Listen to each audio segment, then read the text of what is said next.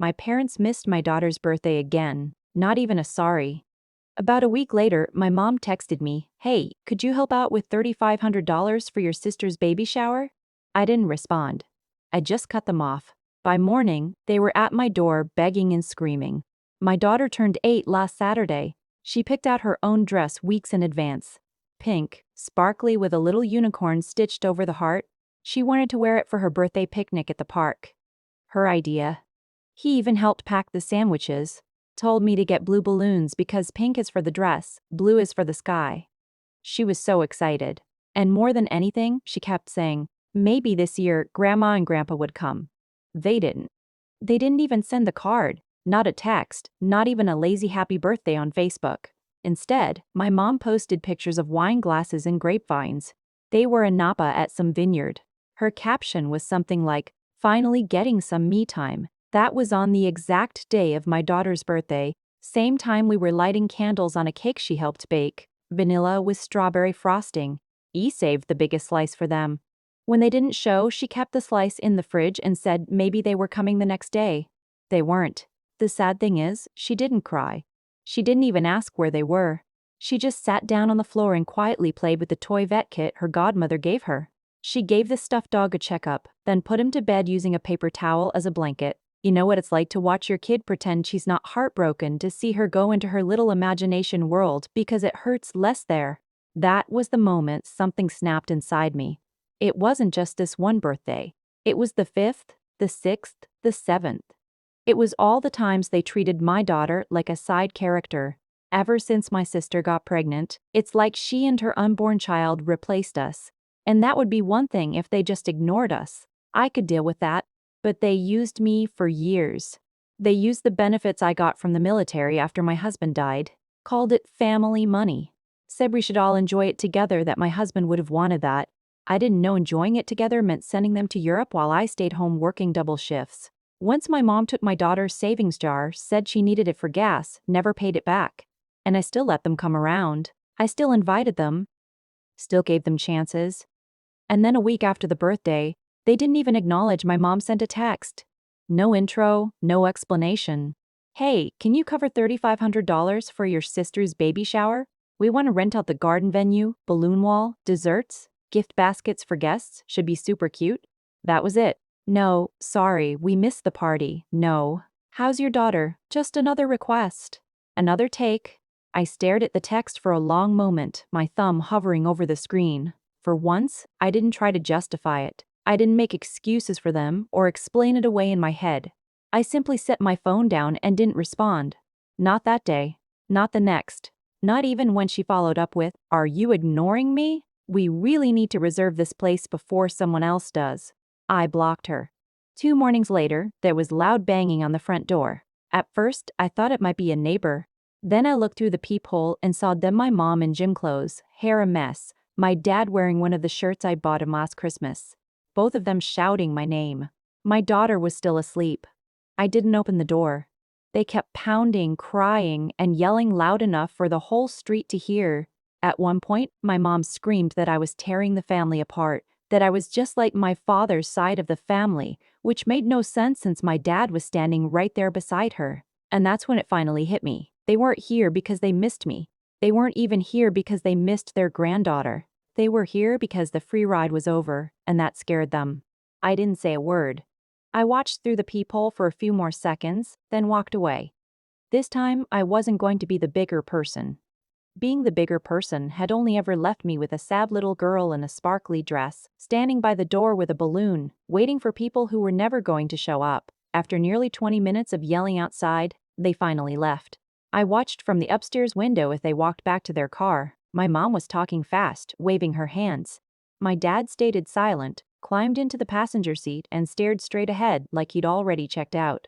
That silence after they drove away felt like a heavy weight finally lifting off my chest. But it didn't last long. The very next morning, I got an email from my mom. The subject line read, "We need to talk." She opened by telling me how disappointed she was, saying I was being cold, selfish, and ungrateful. She wrote that family is supposed to support each other, and that she couldn't believe I was acting this way over something so small. According to her, I was overreacting because they had missed one birthday. 1, try 3. At the very bottom of the email, she added, "If you change your mind about the baby shower, let us know. We'll need your help with the setup too." There was no mention of my daughter. Not a single sentence. It was as if she didn't exist. The worst part was that none of this was new. It all started the moment my sister announced she was pregnant. And I love my sister. I really do. But the second she walked into my parents' house holding a sonogram, tears in her eyes, everything shifted. She was 26, unemployed, living with her boyfriend, a 20-year-old who worked at a vape shop and spent most of his free time streaming video games. Yet to my parents, she was a saint, a miracle. The only one who could carry on the family name. They started planning her baby shower before she even reached her second trimester. Meanwhile, my daughter, the child who lost her dad before she could even speak a full sentence, became invisible. They stopped calling on holidays, stopped coming to her school plays, stopped sending gifts. But every time my sister needed something, baby clothes, rent money, new tires, guess who they called? Me, because I was the one with military benefits. I was the one who owed it to the family. My mom even told me once that I wouldn't have that money if my husband hadn't died. So sharing it was the least I could do. I almost got sick when she said that, but I still sent the money. That's how far gone I was until the birthday. After the email, I didn't reply and blocked her there too. Then the next wave hit. My sister texted from a new number pretending to check in, but a few messages later she asked about the baby shower decorations. I told her I wasn't going, wasn't sending money, and needed space. She left me on read, then came back accusing me of making everything about myself and punishing her baby for our mom's mistakes. I ignored that. A few days later, her boyfriend texted saying he needed help and that things were hard. That was the first time I laughed in days, a bitter, exhausted laugh. They didn't want to fix anything. They just wanted me to keep things running. I was done. No more money. No more bending over backwards for people who barely remembered my daughter. I told them I was out completely. After that, there was silence. For a few days, nothing. I thought they finally understood. But then something happened that proved they weren't done. The next knock at my door wasn't my parents. It was someone I hadn't seen in 5 years. And the knock came early, far too early. I remember glancing at the clock because my daughter was still in her pajamas and I was halfway through reheating my coffee. It was 8:15 a.m. Nobody knocks that early unless something is wrong. When I opened the door, I didn't recognize her at first. She looked thinner, older, sunburned-like, someone who'd been driving all night and had no plans to stop. Then she took off her sunglasses and I saw her eyes. It was Nina, my daughter's godmother, my husband's best friend since middle school. The person who vanished from my life after the funeral without a word. The last person I ever expected to see standing on my porch. She didn't ask to come in. She just stepped inside and dropped a duffel bag by the door, like she'd already decided she was staying. My daughter came around the corner, froze, then ran straight into Nina's arms. That alone told me something big was coming. We sat at the kitchen table while my daughter colored.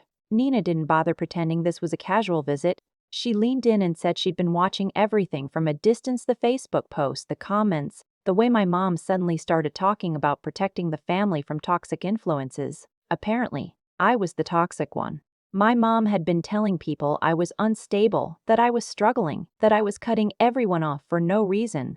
She even hinted that my daughter wasn't safe around me when I got like this. Nina said she saw it all because someone shared the posts in a private group. Someone I didn't even know. I felt sick. Not angry, just sick. Then Nina said there was more, something worse. She'd been talking to one of the guys from my husband's unit, someone she'd stayed in touch with over the years. She mentioned a letter my husband wrote just before his last deployment ended. It was personal, meant for me, but it never arrived.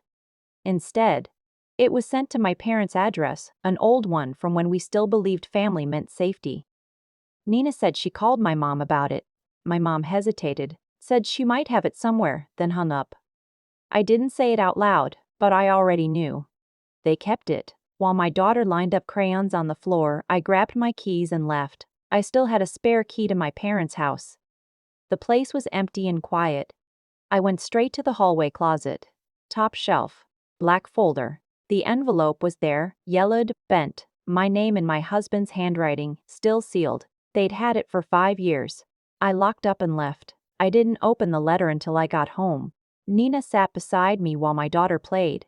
Inside, he wrote that he loved me, trusted me, and knew things would be hard. The second page wasn't emotional. It was practical, a list. Things he wanted for our daughter, boundaries he hoped I protect. Warnings he'd clearly thought through long before anyone else did.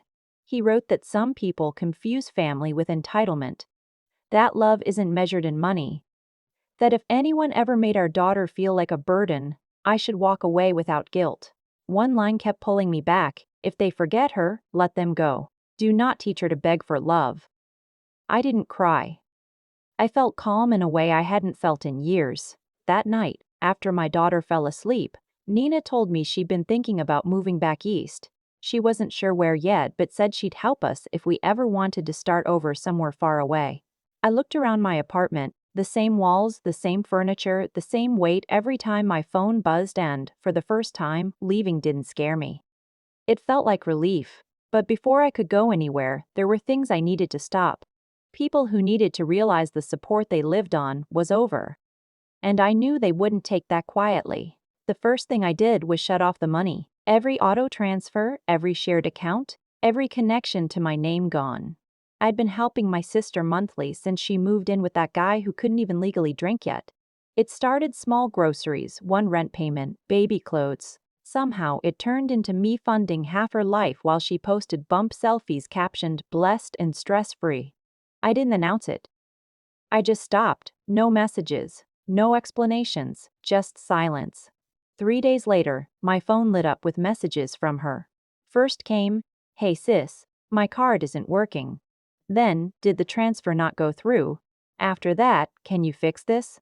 We're about to lose power." I didn't respond. The next day, her boyfriend called. I didn't even know he had my number. He said he was trying his best, that he never signed up for this kind of pressure, then actually asked, "Can you just hold things together a little longer while we get settled?" This was the same kid who once said owning a blender made him feel grown. I hung up. A week passed and things went quiet again. That's when I knew something was coming. Sure enough, my mom broke the silence through a friend. Mrs. Ballers, Barker from church, someone I hadn't spoken to in years, messaged me out of nowhere. She said my mom was deeply hurt, didn't know how to reach me, and felt abandoned by both her daughters. I didn't bite. Instead, I finally did what I should have done a long time ago. I told the truth. One post. No anger, no swearing, no pointing fingers. I wrote that my daughter had just turned 8, that her dad died serving this country, and that her grandparents missed her birthday, that they used her survivor benefits on trips and parties, that they shamed me for not paying for a baby shower while ignoring the child right in front of them. I ended with, "If that makes me toxic, so be it." The post didn't blow up, but it spread, and people started remembering. The cousin who loaned my mom money and never got it back. The neighbor who drove my sister to a job interview that turned out to be a hair appointment.